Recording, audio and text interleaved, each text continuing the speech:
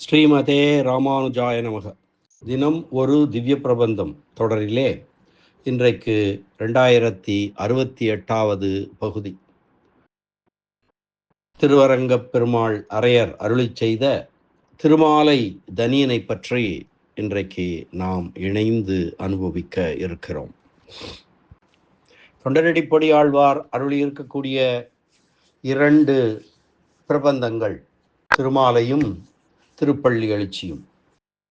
அந்த திருமாலை பிரபந்தத்திற்குள் நாம் இனி நுழைய வேண்டும், அதை அனுபவிக்க வேண்டும். அதற்கு உண்டான திருமாலையினுடைய தனியன், அந்த தனியன் பாசுரத்தை இன்றைக்கு நாம் அனுபவிக்கலாம். இந்த முதல் தனியனை அருளியவர் திருவரங்கப் பெருமாள் அரையர். இத்தனியனை அருளியவர் அளவந்தார் திருக்குமாரராய் எம்பெருமானாருடைய 5 ஆச்சாரியர்களுள் ஒருவரான திருவரங்கப் பெருமாள் அரையர் ஆவார். இதில் இந்த தனியனில் எம்பெருமான் விஷயமாக திருமாலை பாடி வாக்காலே அடிமை செய்த ஆழ்வார் திருநாமத்தை எப்போதும் அனுசந்தானம் செய்யும்படி, எப்போதும் சொல்லிக் கொண்டிருக்கும்படியாக தம் திருவுள்ளத்திடம் கூறுகிறார், உபதேசம் செய்கிறார் என்று எடுத்துக்கொள்ளலாம். தனியன்: மற்றொன்றும் வேண்டா மனமே, மதிளரங்கர் கற்றினம் மேய்த்த களல் இணை கீழ் உற்ற திருமாலை பாடும் சீர் தொண்டர் அடிப்பொடி எம்பெருமானை எப்போதும் பேசு. மற்றொன்றும் வேண்டா மனமே, மதிளரங்கர் கற்றினம் மேய்த்த களல் இணை கீழ் உற்ற திருமாலை பாடும் சீர் தொண்டர் அடிப்பொடியம் பெருமானை எப்பொழுதும் பேசு என்று சொல்கிறார். மனமே, என்னுடைய நெஞ்சமே, மதில் அரங்கர் 7 பிரகார மதில்களையுடைய திருவரங்கத்தில் எழுந்தருளியிருப்பவரும், கற்றினம் கன்று இனம் பசுக்கூட்டங்களை மேய்த்தவருமான எம்பெருமானுடைய களல் இணை கீழ் 2 திருவடிகளிலும் ஊன்றிய பக்தியை உடையவரும், திருமாலை பாடும், திருமாலை என்னும் பிரபந்தத்தை பாடுபவரும், சீர் கல்யாண குணங்கள் பொருந்தியவரும், தொண்டர் அடிப்பொடி என அழைக்கப்படுபவருமான எம்பெருமானை, எங்களுடைய சுவாமியை எப்பொழுதும் எல்லா காலத்திலும் பேசுவாய்.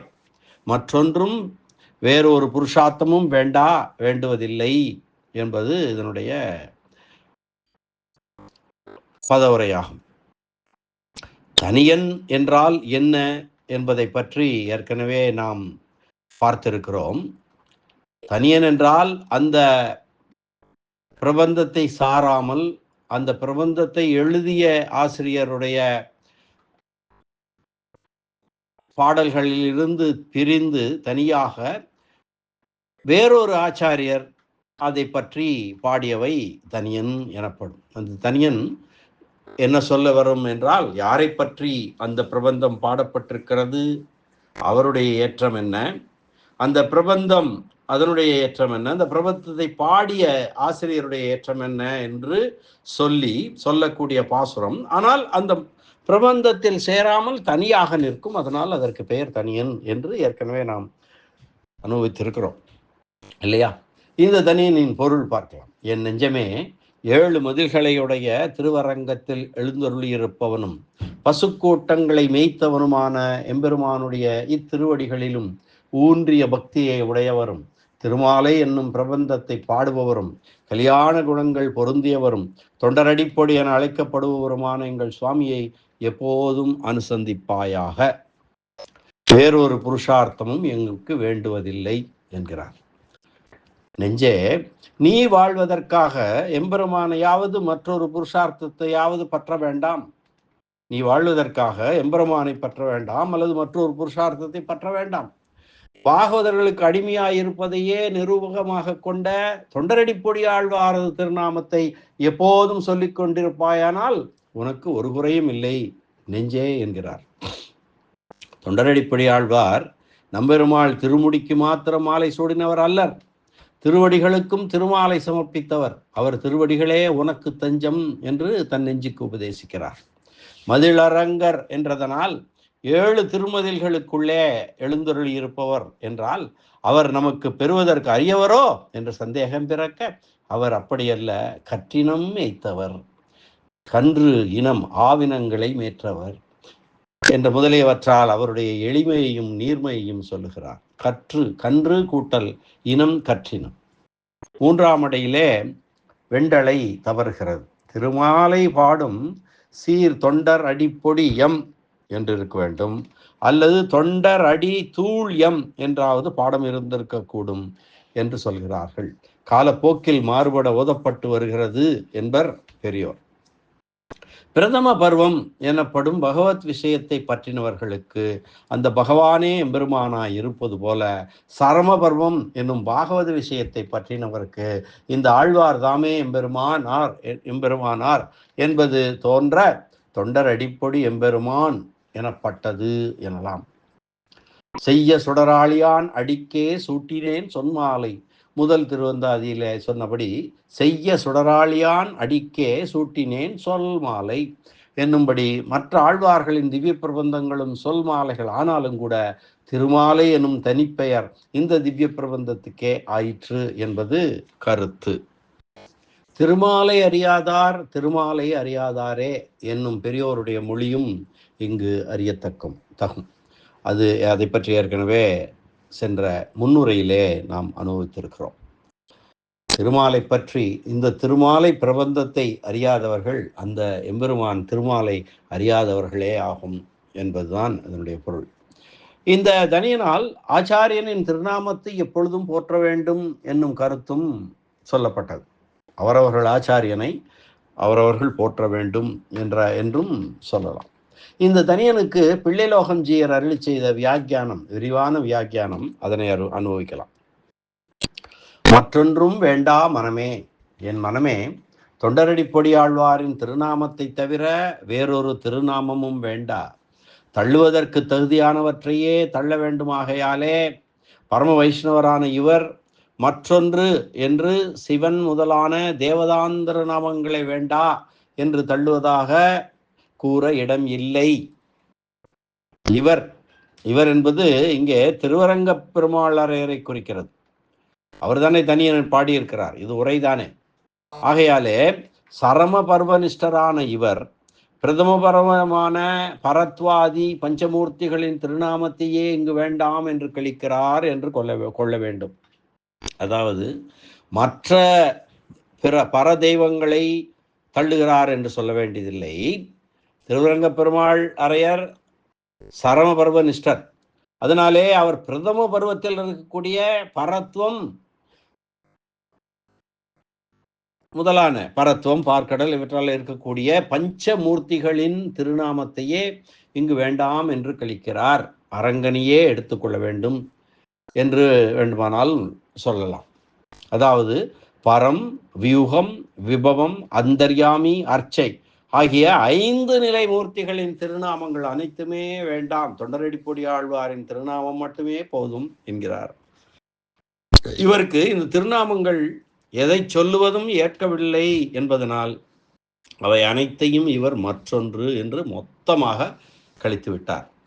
பிரதம பருவம் என்றால் சரணாகதியின் முதல் நிலை, அது எம்பெருமானை பற்றி நிற்கும். சரம பருவம் என்பது இறுதியான பருவம், அது சரணாகதியின் எல்லை நிலை, இறுதி நிலை. அது பக்தர்களை, அடிப்பொடிகள், தொண்டர் அடிப்பொடி, அந்த எம்பெருமானின் பக்தர்களின் பக்தர்களாக இவர் அடியார்தம் அடியார்தம் அடியார்தம் அடியார் என்று சொல்வார் அல்லவா நம்மாழ்வார். அதுபோல அப்படிப்பட்ட அவர்களை போற்றுவது, அவர்களை கொள்வது தான் சரணாகதியின் எல்லை நிலை. அன்றைக்கே இந்த சரம பருவத்தில் திருநாம சங்கீர்த்தனம் ஆகிற ஒரு புருஷார்த்தத்தை, அதாவது அடைய வேண்டிய பலன் சொன்னது. சரம பருவத்தில் எல்லா புருஷார்த்தங்களுக்கும் உபலட்சணமாய் பிரதம பருவத்தில் அனுபவம், கைங்கரியம் முதலான எல்லா புருஷார்த்தங்களையும் கழிக்கிறார் என்று கொள்ளலாம். ஆக ஆழ்வாரது திருநாம சங்கீர்த்தனமே சகல இதங்களையும் விளைவிக்குமாகையாலும் அவர் விஷயத்தில் அனுபவ கைங்கரியங்கள் முதலானவையே பரம பிராபியமாகையாலும் பகவன் நாம சங்கீர்த்தனமாகிற இதமும் பகவத் அனுபவ கைங்கரியங்கள் முதலான பிரியங்களும் பிராபியங்களும் வேண்டாம் என்றார் ஆயிற்று என்று உரை சொல்கிறார் ஜீயர். மனமே மன ஏவ மனுஷ்யானாம் காரணம் பந்த மோட்சையோ என்று விஷ்ணு புராணம் சொல்கிறது. மன ஏவ மனுஷ்யானாம் காரணம் பந்த மோட்சையோ. மனமே மனிதர்களுக்கு சம்சார பந்தத்திற்கும் சம்சாரத்திலிருந்து விடுபடுவதற்கும் காரணமாகிறது என்கிறபடியே பந்த மோட்சங்கள் இரண்டுக்கும் பொதுவான மனமே. மனமே அப்படி பொதுவாக இருக்கும் நிலை தவிர்த்து மோட்சத்திற்கே காரணமான அனுபவத்தை செய்வாயாக என்பது கருத்தாகும். அது என்ன என்ற கேள்விக்கு மதிளரங்கர் கற்றினம் மேய்த்த கழல் இணை கீழ் உற்ற திருமாலை பாடும் சீர் தொண்டரடி பொடி எம்பெருமானை எப்பொழுதும் பேசு என்று பதில் சொல்லுகிறார் ஜீயர். அதாவது எம்பெருமான் விஷயமாக திருமாலையை பாடும் தொண்டரடி பொடியாழ்வாரின் பெருமையை எப்போதும் பேசுவதன் மூலம் மோட்சத்திற்கே காரணமாகப்பார் என்பது கருத்து. மதில் அரங்கர் மதில் திருவரங்கத்தானே என்று திருமாலை 42வது பாசுரத்திலே ஆழ்வார் சொல்லுவார். அப்படி மதில் திருவரங்கத்தானே என்று இவர் பேசும்படியாக திருமங்கையாழ்வார் கட்டின மதிலையும் உடையதான திருவரங்கத்தை உடையவர். திருவரங்கம் 7 மதில்களை கொண்டது. அதில் ஒரு மதில் திருமங்கையாழ்வார் கட்டின மதில், அதையும் சேர்த்து சொல்வதாக, அதுவும் சேர்ந்த 7 மதில்கள் கொண்ட திருவரங்கத்தை உடையவர் மதிலரங்கர். ஆய பொன்மா மதில் சூழ் அழகார் தென்னரங்கமே என்று பெரிய திருமொழி பேசும். ஆய பொன் மா மதில் சூழ்ந்து அழகார் தென்னரங்கமே, தின் கொடி மதில் சூழ் திருவரங்கத்தா என்று நம்மாழ்வார் திருவாய்மொழியிலே சொல்வார். அப்படி அந்த மதிலின் பெருமையை அந்த பிரபந்தங்கள் கூறுகின்றன. கற்றினம் மேய்த்த கழல் இணை கீழ் உற்ற திருமாலை பாடும். அதாவது கற்றினம் மேய்த்த எந்தை கழலினை என்று தொடங்கி மழைக்கு அன்று வரை முன் ஏந்தும் மைந்தனே என்று மற்றும் ஒரு பாடலிலும் வளவெழும் தவளமாட மதுரை மாநகரம் தன்னுள் கவளமால் யானை கொன்ற கண்ணனை அரங்கமாலை துளபத் தொண்டாய சொல் சீர் தொண்டரடிப்பொடி சொல் என்று திருமாலையின் நிறைவு பாசுரத்திலே சொல்லுவ வரையாக திருவரங்கத்து திருமாலை கண்ணனாகவே அல்லவா அவர் அனுசந்தித்து பிரபந்தத்தை நிறைவு செய்தார். எம்பெருமானை ரங்கநாதனை அவர் கண்ணனாகவே அனுபவித்தார். அதற்கு உதாரணங்கள் தான் இப்பொழுது நாம் பார்த்தது. கற்றினம் மேய்த்த கழல் இணை கீழ் உற்ற திருமாலை பாடும் என்று இந்த பாசுரத்தில் சொல்கிறார். மழைக்கு அன்று வரை முன் ஏந்தும் மைந்தனை. யார் ஏந்தினார்கள்? மழை வந்த காலத்திலே ஆயனரைகளை காப்பதற்காக அந்த கோவர்தன மலையை எடுத்து குடையாக படுத்து அன்ற மலையிலிருந்து காத்தான் அல்லவா, அதை திருமாலை 36வது பாசுரத்தில் சொல்கிறார். அடுத்த நிறைவு பாசுரத்திலே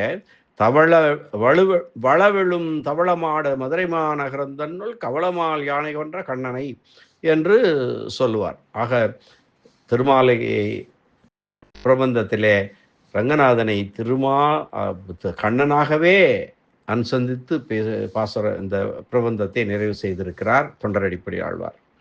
அதிலே தேங்கின மடுக்கள் போலே அர்ச்சாவதாரம் என்று ஸ்ரீ வைஷ்ணவபூஷணம் கூறும். அர்ச்சாவதார எம்பெருமான்களை விபவ அவதார எம்பெருமான்களோடு ஒன்றாக சொல்வது உண்டல்லவா. கழல் இணை திருமேனியின் ஒரு பகுதியான திருவடிகளை சொன்னது திருமேனி முழுவதையும் சொன்னது போல உபலட்சணம் இனங்குறிக்கும் என்று சொல்வார்கள். கற்றினம் மேய்த்த கழல் இணை அழகிய பைம்பொன்னின் கோல் அங்கை கொண்டு கழல்கள் சதங்கை கலந்து எங்கும் ஆர்ப்ப மழகன்றினங்கள் மரித்து திரிவான் என்று பெரியாழ்வார் திருமொழியிலே பெரியாழ்வார் வர்ணிப்பார். எப்படி அவன் கன்றினங்களை மேய்த்தான் என்று. அழகிய பைம்பொன்னின் கோல் அங்கை கொண்டு, கையிலே அந்த பைம்பொன்னின் கோலை கொண்டு கடல்கள் சதங்கை கலந்தெங்கும் ஆர்ப்ப, காலிலே கட்டியிருக்கக்கூடிய அந்த சதங்கைகள் எங்கும் ஒலிக்க மழகன்றினங்கள் மரித்து திரிவான் என்று வர்ணிப்பார். அதுபோல கற்றினம் மேய்த்த கழல் இணை.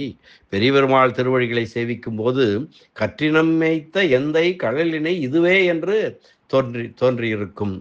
அதாவது கன்றின் பின் போன சிறு குட்ட செங்கமல அடியும் வெதும்பி உன் கண்கள் சிவந்தாய் அசைந்திட்டாய் நீ எம்பெருமான் என்று அதே பெரியாழ்வார் சொன்னது போல, கன்றின் பின் போன சிரமத்தாலே அடிகள் சிவந்து அசதியாலே கண்கள் சிவந்தனவோ என்னும்படி அல்லவா பெரிய பெருமாள் பள்ளி கொண்டருள்வது. காவிரி தென்னரங்கம் வன்னிய சீர் மதுசூதனா உன்னை இளங்கன்று மேய்க்க சிறுகாலே ஊட்டி ஒருப்படுத்தேன் என்று பெரியாழ்வார் திருமொழி 3:3 காவிரி தென்னரங்கன் பாண்டவன் செய்த கிரீடை என்று பெரியாழ்வார் திருமொழி 2:9-11 பட்டர்பிரானான பெரியாழ்வார் அருளி செய்திருக்கிறார். வண்டினங்கள் ஆலிக்கும் சோலை அரங்கத் தரவணையான் காலிப்பின் போன கழல் என்றும் சொல்லப்பட்டது. பெரிய பெருமாள் திருக்கைகளை கண்டவுடன் மழைக்கன்று வரைமுன் ஏந்தும். அவர் கைகளை பார்க்கிறார். பார்த்தவுடனே அவர் காயர்பாடியிலே கோவர்தன மலையை தூக்கி கொடையாக பிடித்த அந்த மழைக்கன்று வரைமுன் ஏந்தும் என்பது நினைவுக்கு வருகிறது. அதனை குறிப்பிடுகிறார். கொடியேறு செந்தாமரை கை என்று பெரியாழ்வார் சொன்னது போல கண்ணன் கையாகவே சொல்ல வேண்டியிருக்கிறது. பெரிய பெருமாள் திருமுக மண்டலத்தை பார்க்கிறார். பார்த்தவுடன் வெண்ணெய் உண்ட வாயன் என்று அமலநாதி பிரானிலே திருப்பாணாழ்வார் சொன்னபடி வெண்ணெய் உண்ட கண்ணன் இவனே என்று தோன்றியிருக்கும். இப்படியாக திருவடிகள், திருக்கைகள், திருமுக மண்டலம் என்று 3 அவயவங்களாலும் எல்லா உயிர்களையும் உய்விக்க வல்ல கண்ணன் இவனே என்பது விளங்கும். கற்றினம் மேய்த்த கழல் இணை கீழ் உற்ற திருமாலை பாடும் கன்று மேய்த்து விளையாட வல்லானை என்று பெரிய திருமொழியிலே திருமங்கை ஆழ்வார் சொல்றது போலையும், கன்றுமே தென்னிதுகந்த காளாய் என்று திருநாடந்தாண்டகத்திலே வந்தபடியும், தம்மை காத்து கொள்வதை தாம் செய்து கொள்ள இயலாத கன்றுகளுக்கும் மிக சுலபமாய் அவற்றையும் காப்பதற்கு உறுப்பான திருவடிகளுக்கு தக்கபடி அவற்றிலே ஊன்றி அடிபட்டு அடிசூட்டலாகும் அந்தாமம் என்று நம்மாழ்வார் திருவாய்மொழியிலே சொன்னபடியே அரங்கமாலுக்கு தக்க திருமாலையை பாடி எம்பெருமான் திருவடிகளிலே சூட்டும் தொண்டரடிப்பொடி ஆழ்வார். திருமாலை செய்ய சுடராளியான் அடிக்கே சூட்டினேன் சொல்மாலை என்று முதல் திருவந்தாதியிலே சொல்லுவார் பொய்கை ஆழ்வார். மற்ற ஆழ்வார்களின் திவ்ய பிரபந்தங்களும் சொல் மாலைகள் தான். ஆனாலும் திருமாலை என்னும் தனிப்பெயர் இந்த திவ்ய பிரபந்தத்துக்கே ஆயிற்று என்பது கருத்தாகும். பாடும் சீர், பாடுவது தானே இந்த ஆழ்வாருக்கு செல்வமாயிற்று. பாடும் சீர் தொண்டரடிப்பொடி என்றல்லவா இவர் தம்மையே நிறைவு பாசுரத்தில் சொல்லிக் கொண்டார். தொண்டரடிப்பொடி எம்பெருமானை ஆழ்வாருக்கு அரங்கநகர் எம்பெருமான் பெருமாள் திருமொழியிலே சொன்னபடி இலங்கையர்கோன் வழிபாடு செய்கோயில் எம்பெருமான் என நம்பெருமாள் சுவாமியாயிருப்பார். அதாவது நம்பெருமாள் ராமனாயிருப்பார். பாடலாசிரியரான இவருக்கு தொண்டரடிப்பொடி எம்பெருமானான ஆழ்வார் சுவாமியாயிருப்பார். அதாவது தொண்டருக்கு தொண்டராய் இருக்கும் தன்மையாலே நமக்கு சுவாமியாயிருப்பார். எம்பெருமானை எப்பொழுதும் பேசு, இப்படி நமக்கு சுவாமியானவரை எப்போதும் ஈதே சொல் பெரிய திருவந்தாதி என்கின்ற முறையிலே எல்லா காலத்திலும் அனுசந்திப்பாய் என்று தன் நெஞ்சிடம் சொல்லுகிறார். இந்த தனியன் மூலம் குரோர் நாம சதா ஜபேத் பிரபஞ்சசாரம் சொல்லும் கூடிய குரோர் நாம சதா ஜபேத் ஆச்சாரியனின் திருநாமத்தை எப்போதும் ஜபிக்க வேண்டும் என்னும் அர்த்தம் வலியுறுத்தி சொல்லப்பட்டது என்று சொல்லலாம். ஆக இந்த அளவிலே இந்த தனியனுக்குண்டான பிள்ளைலோகம் ஜீயர் அருளிய தனியன் உரை விவரணம் நிறைவுபடுகிறது. இந்த பிள்ளைலோகம் ஜீயர் தான் எல்லா தனியன்களுக்கும் ஆச்சாரியர்கள் ஆழ்வார்கள் பாசுரங்களை பாடினார்கள். அந்த பாசுரங்களுக்கு அந்த பிரபந்தத்துக்கு தனியன்கள் பல ஆச்சாரியர்கள் அருளினார்கள். அந்த அனைத்து தனியன்களுக்கும் இந்த பிள்ளைலோகம் ஜீயர் தான் உரை விவரணம் எழுதியிருக்கிறார். அதைத்தான் நாம் இப்பொழுது விரிவாக பார்த்தோம். மீண்டும் ஒரு முறை இந்த தனியனை அனுபவித்து இந்த பதிவினை நிறைவு செய்யலாம். மற்றொன்றும் வேண்டா மனமே மதிலரங்கர் கற்றினம் மேய்த்த கழல் இணை கீழ் உற்ற திருமாலை பாடும் சீர் தொண்டர் அடிப்பொடி எம் பெருமானை எப்பொழுதும் பேசு. தொண்டரடிப்பொடி எம்பெருமானை எப்பொழுதும் பேசு. எப்போதும் தொண்டரடிப்பொடியாழ்வாருடைய பெயரையே அனுசந்தானம் செய்து கொண்டிரு என்று நெஞ்சுக்கு உபதேசிக்கக்கூடிய இந்த தனியன். இந்த அளவிலே இந்த தனியன் அனுபவத்தை நிறைவு செய்வோம். நாளை முதல் திருமாலை பாசுரங்களை அனுபவிக்கலாம். மீண்டும் சந்திப்போம். நன்றி, வணக்கம். ஸ்ரீனிவாச வெங்கடேச ராமானுஜதாசன் திருவரங்கம். தன்னை தவிர மற்ற எவரையும் பாடாமல் நின்ற தொண்டரடி பொடியாழ்வாரை இறுகப் பற்றிய திருவரங்கன் திருவடிகளே சரணம். அழகிய மணவாளனை தவிர யாரையும் காணேன் என்றிருந்த தொண்டரடி பொடியாழ்வார் திருவடிகளே சரணம். சுவாமி பெரியவாச்சான் பிள்ளை திருவடிகளே சரணம். யாக்ஞான சக்கரவர்த்தி உரைப்பெருமன்னர் காருணிகர் பெரியவாச்சான் பிள்ளை திருவடிகளே சரணம். ஆழ்வார் எம்பெருமானார் ஜீயர் திருவடிகளே சரணம்.